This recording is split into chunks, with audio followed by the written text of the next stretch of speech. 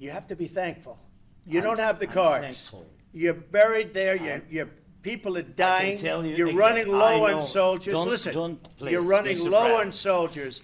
It would be a damn good thing. And then you tell us, I don't want a ceasefire. I don't want a ceasefire. I want to go and I want this. 28 फरवरी 2025 को जब Ukraine के राष्ट्रपति Volodymyr Zelensky white house में अमेरिकी राष्ट्रपति Trump से मिले थे, तो इसी दौरान उनकी ट्रंप के साथ में तगड़ी बहस हुई थी। ट्रंप ने पूरी दुनिया के सामने यूक्रेन युद्ध का ठीकरा ज़ेलेंस्की के ऊपर मर दिया था। You're playing cards. You're gambling with the lives of millions of people. You're gambling with World War III. You're gambling with World War III. और यहीं से ज़ेलेंस्की और ट्रंप के रिश्ते में जो दरार पैदा हुई थी, उसने ज़ेलेंस्की के भविष्य की पटकथा लिख दी थी। Far more than a lot of people said they should have. Have you said thank you once this entire meeting? No, in this entire meeting, have you said thank you? इस meeting के बाद Trump ने Ukraine से साफ कह दिया था कि वो ज़ेलेंस्की को फूटी कौड़ी तक नहीं देंगे।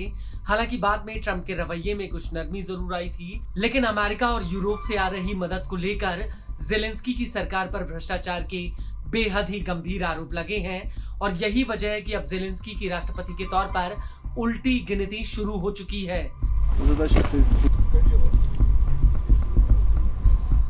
दरअसल रूस की खुफिया agency Russian foreign intelligence service यानी एसवीआर ने खबर दी है कि ज़ेलेंस्की को सत्ता से बेदखल करने की कवायद शुरू हो चुकी है।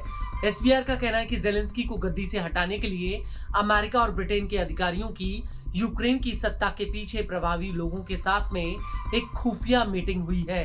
ये मीटिंग खुफिया अल्पाइन रिजॉर्ट में हुई है। इस मीटिंग में ज़ेलेंस्की के सबसे बड़े सहयोगी एंड्री यरमैक, यूक्रेनी सेना के इंटेलिजेंस चीफ किरिल बुदानोव और यूक्रेन के पूर्व सेना प्रमुख वालेरी ज़ालुजनी भी मौजूद थे। अमेरिका और ब्रिटेन के अधिकारियों ने इस मीटिंग में ज़ेलेंस्की की जगह पर यूक्रेन के पूर्व सेना प्रमुख ज़ालुजनी को राष्ट्रपति नियुक्त करने पर चर्चा की है।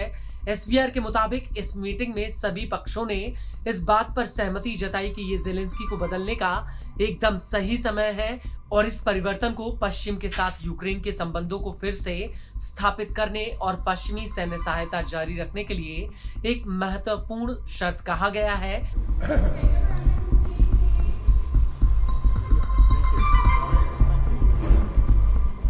और सबसे बड़ी बात यह है कि अमेरिका और ब्रिटेन के अधिकारियों ने यूक्रेनी अधिकारियों से साफ कह दिया है कि वो चाहते हैं कि ज़ेलेंस्की की जगह पर ज़ालुजनी यूक्रेन के राष्ट्रपति बने।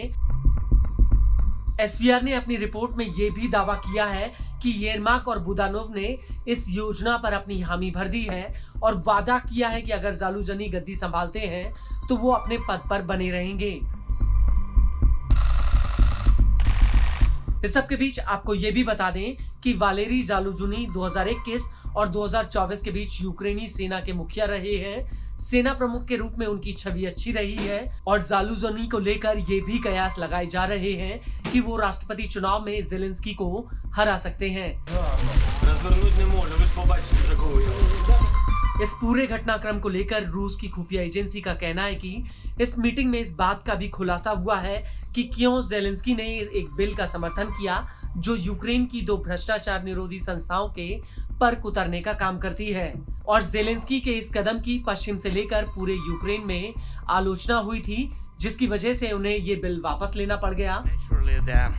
Starting point should be a ceasefire and humanitarian actions, the release of prisoners and the return of abducted children. हालांकि इस बिल को लेकर एसवीआर का कहना है कि वो यरमैक ही थे जिन्होंने ज़ेलेंस्की को इस बिल का समर्थन करने की सलाह दी। यरमैक को ये भली भांति ही पता था कि इस बिल से उनकी छवि विदेशों में खराब हो सकती है, जिससे पश्चिमी देशों को उन्हें हटाने की एक ठोस वजह मिल जाएगी।